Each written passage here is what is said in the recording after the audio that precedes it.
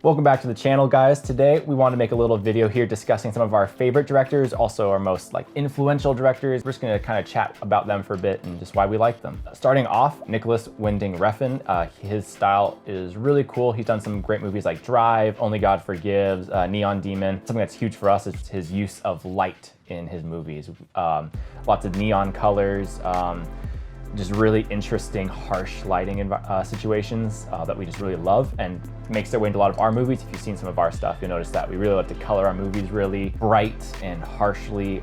We use a ton of gels, and that's just a huge thing we've carried over in watching his work into our own. Shout out to Alejandro Jodorowsky. He's a Chilean, Mexican, Polish filmmaker. He was huge into making surrealist experimental films. He made El Topo, Fondo y Lis, Dance of Reality, Santa Sangra. He's made so many great experimental films, and he really influenced me when I was first discovering kind of what it means to be non-traditional a filmmaker and to make things that don't quite make sense or seem like they don't make sense, but they have meaning to them, and using kind of religious imagery and different iconography to, feel your story and add different flavors of craziness and weirdness into it. So he's one of my top filmmakers of all time, and I'd recommend you check out El Topo. That's my favorite of his.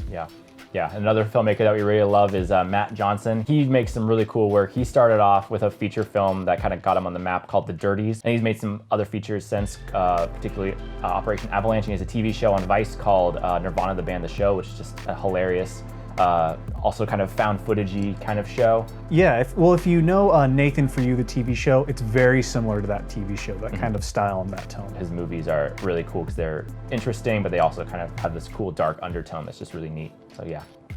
My last pick, my number 2 pick is Maya Deren.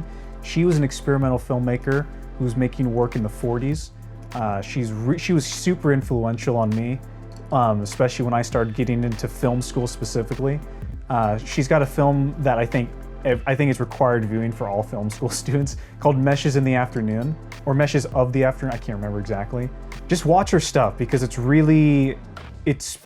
I can't quite describe it, and I think that's what makes it great cinema, is that you don't quite have the words for it. But my favorite film of hers is At Land. That's one of my all-time favorites. Check out that movie. I think all of her stuff is free to watch on YouTube. So check it out because it's really cool and again, these kind of experimental picks, they'll really show you what you can do when you leave the realm of kind of normal, kind of typical Hollywood movies. And I think it's really liberating as a filmmaker and as an artist when you realize, oh, I don't have to do it this way. I can do it like this, or I can make it a little weird. It doesn't have to make sense, or I don't have to explain this or that. So I pull a lot from her a whole bunch, and she constantly influences me, even though she's only her movies are over 70 years old by now. Yeah.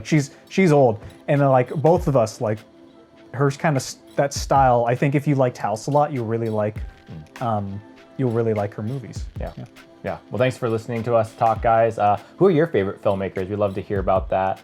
But just give us a like, comment, subscribe, all that jazz. You know the drill. And we'll just see you guys in the next video. Looking forward to that.